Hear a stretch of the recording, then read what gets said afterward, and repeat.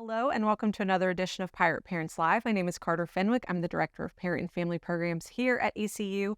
Today, we are talking about the biggest and most exciting time on campus. We're talking about ECU's two come to campus options. So that is early optional drop off and move in. So we have a lot to cover. Early optional drop off will be August 1st through 3rd, and then the primary move in days will be August 14th through 16th. If early optional drop-off and those primary move-in days do not work for you, we will also be covering the after-hours and weekend move-in options. So, like I said, we have a lot to cover, and with me today is Gretchen Brockman, ECU's Director of Housing Operations. So she will be, covering everything that we need to know today. If you're tuning in live, you can put any questions you have into the comments section. We have colleagues who will be monitoring that and getting you answers. Even if you are watching this a little bit later or the recorded version of this, you can still put your questions into the comment section and we will get you an answer. Okay, getting started. First, we will cover early optional drop-off. And how I like to run through the questions is like as if we were going through the day. So we can kind of think through all of our different steps and of the day that we will be experiencing and you all will be experiencing with your students. So first, can you cover what drop-off is and why we offer it even in the first place? Absolutely. Well, we are very excited to have our students come to campus and get the year started, and hopefully it will be a very successful academic year for our students that are living in the residence halls with us. So the optional drop-off, we started doing this actually during COVID, and we found that it was such a big success in helping us with the primary move-in dates, alleviate some of the crowd, some of the congestion that occurs, some of that busyness that you see on campus. It helped tremendously with that. And so we've continued drop off even to this day. And I don't foresee that going away, but it really is to help lessen some crowds and have a smoother move-in experience for our students and their families. Mm-hmm. It is unique, and every parent or family member who I've spoken to who experienced drop off, took advantage of that, have loved it. So like Gretchen said, it has been successful. And so I love having that option for everyone. It's great. So to kick off the drop-off day, can you talk about what the check-in process is like? Sure. So I first want to mention that for drop-off, if students want to participate in drop-off, and again, as Carter has said, it's completely optional, but if students want to participate in drop-off, they do need to sign up for drop-off. It is in a link from their assignment email. And so they would sign up through that link for a specific date and time, and it's a 2-hour window. So once they've signed up, they've solidified their time that they're going to come to campus to drop things off. They're going to go to their neighborhood service office. So students who live on College Hill will go to the neighborhood service office on College Hill. It's in Ballard. And then students who live on either Central or West campus have one of those halls. They will go to the Central West neighborhood service office in West End Dining. And so that's where they'll start their journey. They will check in, pick up their key or keys, and they'll be able to then go to their residence hall and start moving items in. Mm-hmm. I guess I should have asked about parking first before check-in, but what does parking look like to grab those keys and then go to their halls? Yes, thankfully our partners in parking and transportation understand that these are drop-off dates. And so while they are monitoring to ensure that people are parking in legitimate parking spots and not parking where they're not supposed to, they are allowing our families to park in spots close to the residence halls so that they can stop, unload, and get items moved into students' rooms. And so whatever space they can find Pretty much. closest to their hall. Absolutely. And luckily it's summer, so it's, not too crowded in general. So that is nice. There should be there should be parking spaces close to your hall. Absolutely. We are very hopeful for that. Yes. Yes. Okay, so next, when moving items from the car to a student's room, are there going to be carts or volunteers available to help? During drop-off, we will have some carts available, some hand trucks. However, we do recommend families bring something if they have something, and that is convenient for them. But if it's not, we will have some bin type carts that are available, as well as the hand trucks and dollies that families can borrow and use for move-in. So some things are available. Great. So what if someone is missing, like arrives late or completely misses their scheduled drop-off time? We'll work with families. So if you're running just 30 minutes late from your scheduled time, that's okay. Still come on. We'll take care of you.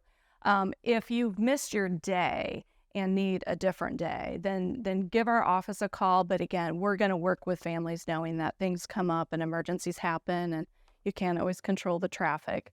Do your best to stick to the time, because that sticking to the time for drop off really does limit the congestion and the busyness that we have. And we have only so many slots open for every hour, again, to help have a better experience for drop-off.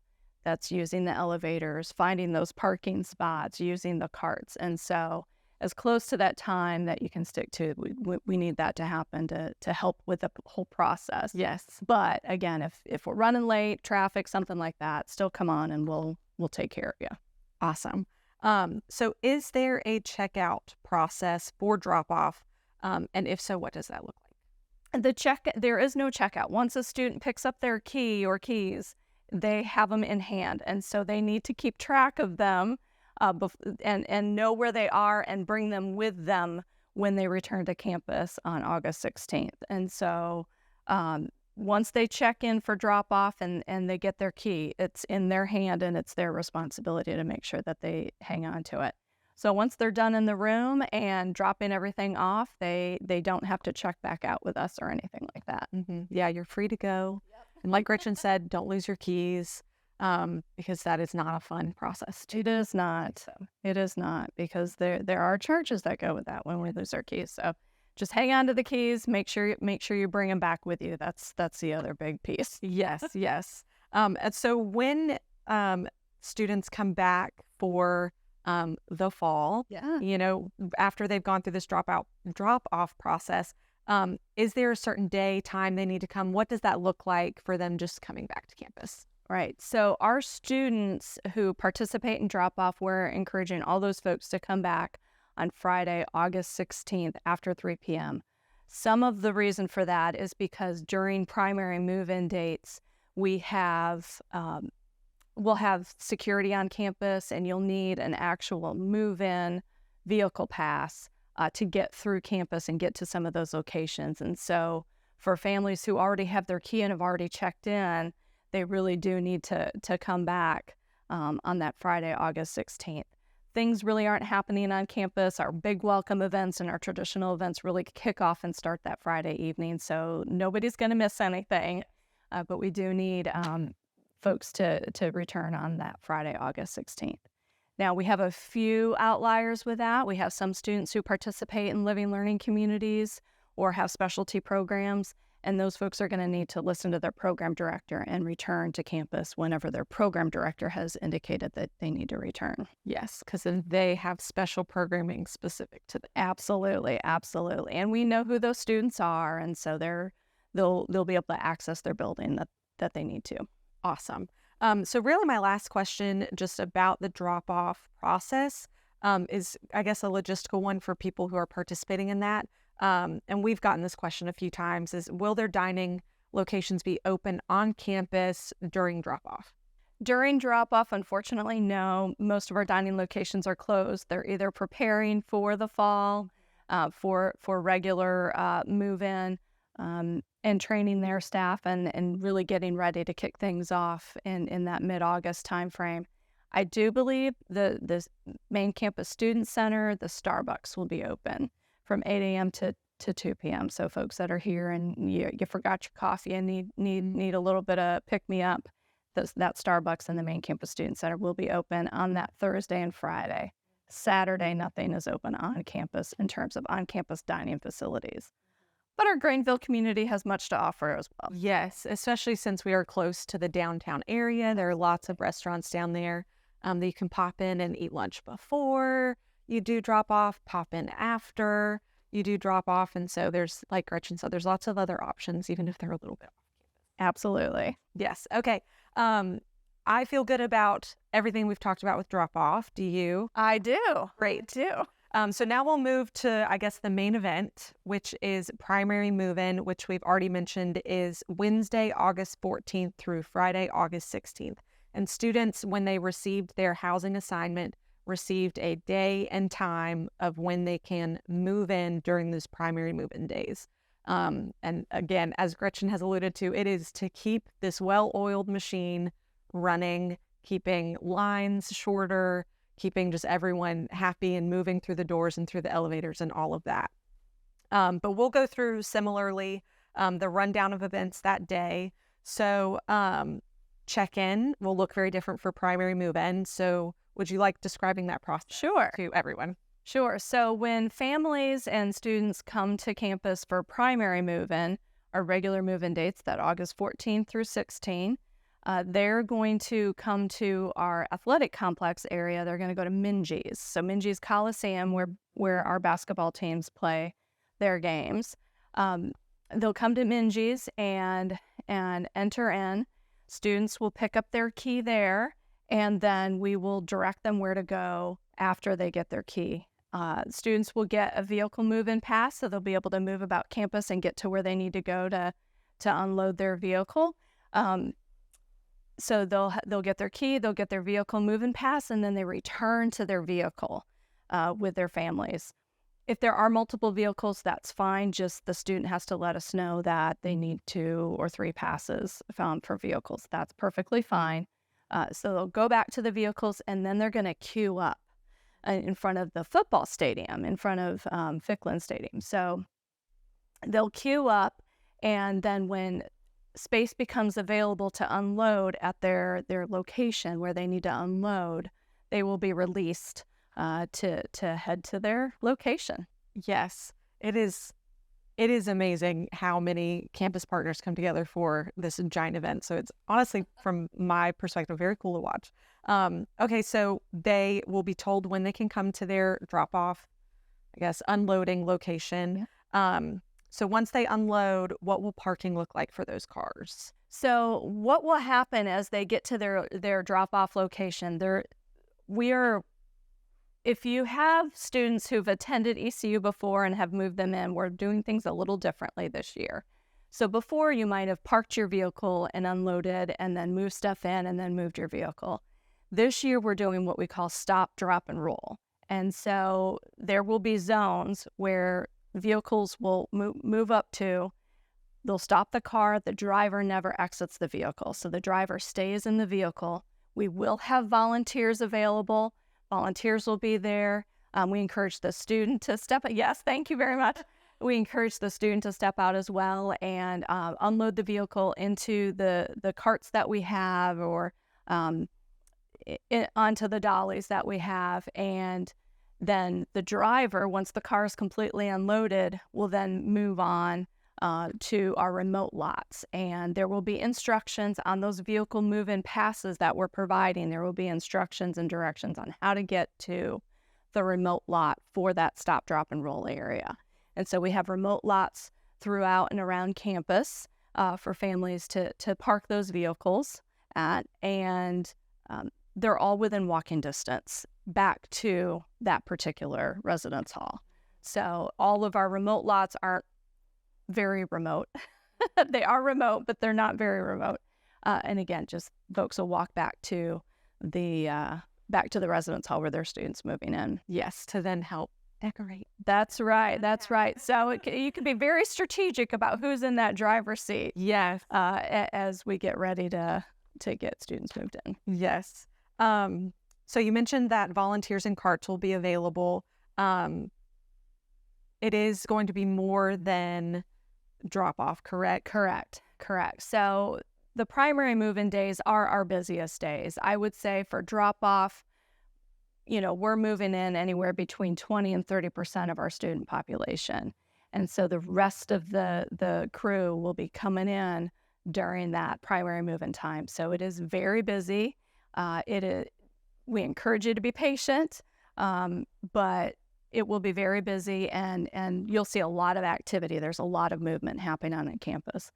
But again, we'll have some move-in carts we'll have available for people to utilize, and a lot of volunteers.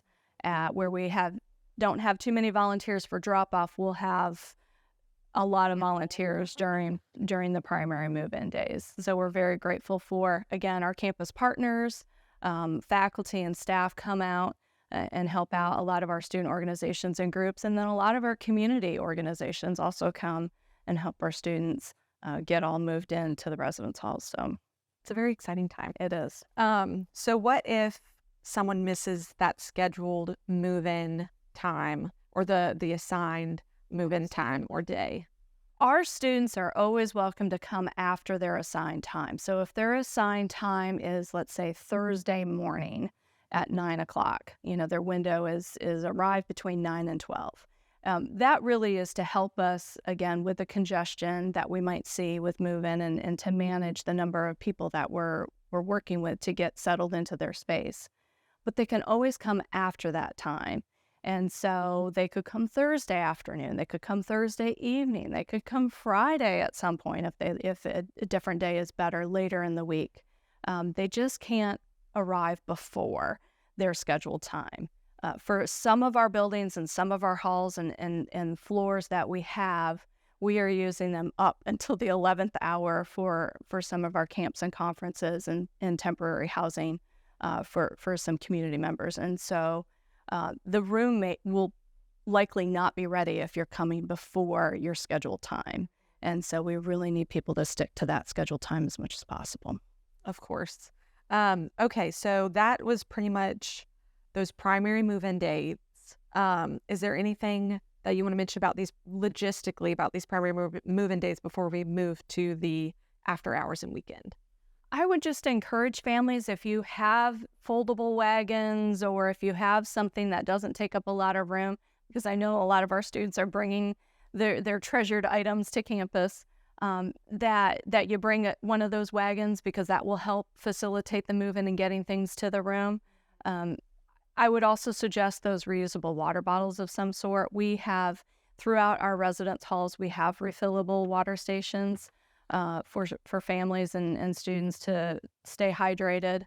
We will have some drink locations on campus for folks to grab something, but we do encourage you to bring your own water as well. Yes. August in Greenville is hot. It is. It is. We can't control that. I wish.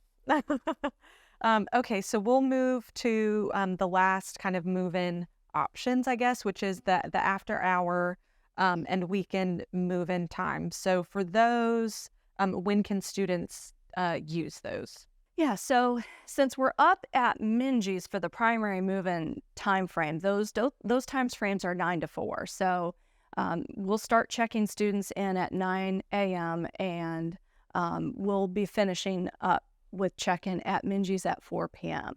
We then need to take an audit and collect everything, get it all packed up, and we send it back out to our neighborhood service offices. So if somebody arrives after 4 p.m., they can start checking in that evening at 7 p.m. We'll be ready to go at the neighborhood service office, though, not at Minges.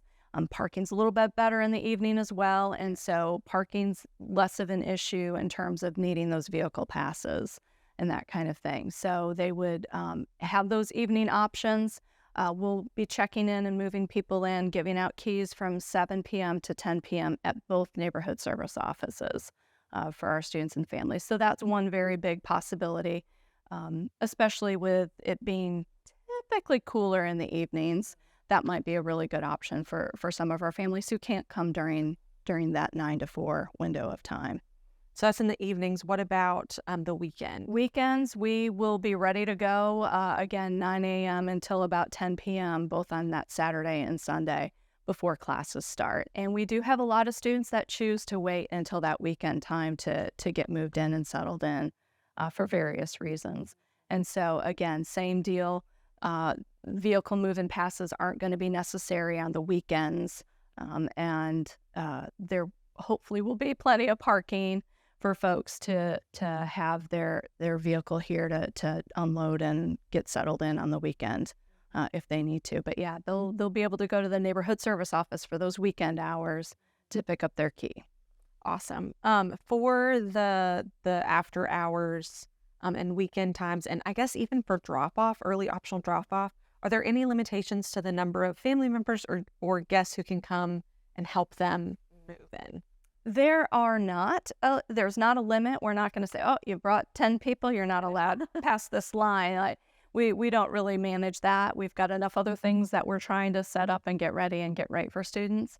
So we don't manage that. I just encourage you to think about the number of vehicles that you have and how much you really need. In part because it will be very busy on campus. It will be very active on campus. There's a limit to the number of people in our buildings with elevators that can fit in an elevator to get up to a residence hall room. And so think about some of those factors.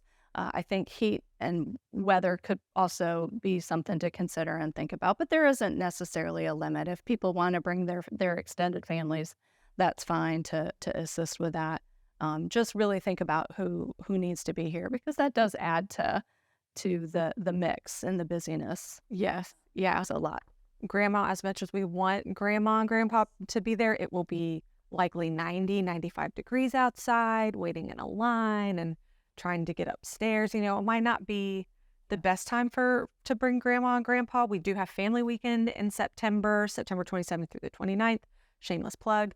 So that is another wonderful time to bring extended family members, but during move-in, when we're moving boxes in the heat, might not be great for grandma to be there. Yes, and there are our buildings with elevators. Some of our buildings don't have any elevators at all. Some of our buildings have 2 elevators, and then some of our buildings only have the 1 elevator. And if everybody's waiting for that elevator, there could be some times where people are standing outside and waiting to get in to access that elevator space. And so I think being very mindful of the weather and what's going on as to who is here and who needs to be here. So for, again, the after hours and weekend move-in, will there be carts and volunteers available there? Volunteers, no. Our volunteers are really for the primary move-in days and hours, but we will have some carts where students can check those out, and carts available in some of our lobbies. Those are always first come, first serve. Which is, again, why we encourage you, if you're able to, and there's room to get some of those foldable wagons. But we will have some of those things available that people can use throughout the move-in period, whether it's, there's a little fly, throughout the move-in period, whether it's drop-off, regular move-in, after hours, or weekend. Okay, so I think we've covered the logistics of all of the options. So this is my favorite part when talking about move-in, but what are, some of your general tips and advice? We've covered some, but what are your main tips and advice for conquering this move-in process? I think the big thing is just going to be understanding that it's a very emotional time for everybody. It's exciting. There are nerves. There's probably a little bit of stress coming along with this. There's probably a little bit of anxiety, but there's so much excitement, and there's opportunity for community and connection. And so with that large range of emotions, and then knowing that you're coming into a time where it could be really, really hot, or it could be rainy outside, it's important to manage those emotions and know that they're going to exist and that it's okay, but thinking about some of that as you come in and expecting that, so you're not overwhelmed when you get here. We have great staff who will support our families as well as our students, and so if people need anything, we're here to help out. And we know that it's exciting. It's also there's a little bit of anxiety and a little bit of nerves that come with that too, and we get that. Oh yeah. Hydrate. Make sure you're hydrating. Bring that water. That's another big suggestion that I have. And then bringing your own wagons or something to help move into is beneficial. So those are a few little tips that I have. Plan for the weather. Yes, yeah. Look at the weather. Yeah. I always advise, similar to Gretchen, it is such a emotional, exciting time, but also can be very stressful. So I always say, wear your patience pants. You might have to wait in line a little bit for that elevator. You might, have to ask someone for a cart because there may not be one smack dab where you're looking. You know, we have, I say we, Gretchen and her team have worked tirelessly for months on finalizing these plans and years of going through multiple move-ins to fine tune everything. So we are a well-oiled machine. Things happen unexpectedly. Weather happens unexpectedly. So just wear your patience pants. So, you could have a wonderful time with your students since it is so exciting. And then on the flip side, just something logistically to think of. My dad always did this when moving in, me in college and my sister in college. He always drove home, had like a 2.5 hour drive home after moving. So he brought a clean t-shirt to change into. Oh, that's smart. So that way he wasn't in his sweaty t-shirt 2.5 hours in the car on the way home. So if you do have, somewhat of a drive on the way home, it is going to be hot. It could rain. And so bring maybe a change of clothes or at least a clean t-shirt so that way you're not uncomfortable on the way home or if you have to run errands after moving in and things like that. So that's my emotional advice, but also my logistical advice. Perfect. But as we wrap up, any parting reminders? I feel like we've covered so much. We've covered quite a bit. I would say that for any part of this drop-off, check-in, move-in period, that the student is the one who has to pick up the key. It's the student's room, the contracts with the student, between the student and the university. And so the student has to pick up the key. It cannot be a parent or the roommate or a friend. So the student actually has to be the one to pick up the key. Bring your one card or a driver's license to show that you are who you are with you into Minji's to get the key or into drop-off. Don't leave that in the vehicle. Bring that with you to show your identification. The student has to pick up the key, and then the student also needs to be present for the move-in. And so for drop-off or move-in, the student has to physically be there to escort family members around the building and around the space. So we're not able to allow family members to drop off if the student is not there. We're not able to give a key to a family member if the student is not there. The student has to be the one to pick up the key, and the student has to physically be there for drop-off or move-in. Yes, an important reminder. Yeah. Okay, well, I think we've covered everything. It has been a lot. So thank you for tuning in. Gretchen, thank you for being here. If you have any questions, you can visit Housing's website. They have a tab at the top. So if you go to housing.ecu.edu, look at the tabs at the top. There's one that is dedicated to move-in and drop-off. Go there first, read all the information. Everything we've talked about and more is there. So check that out.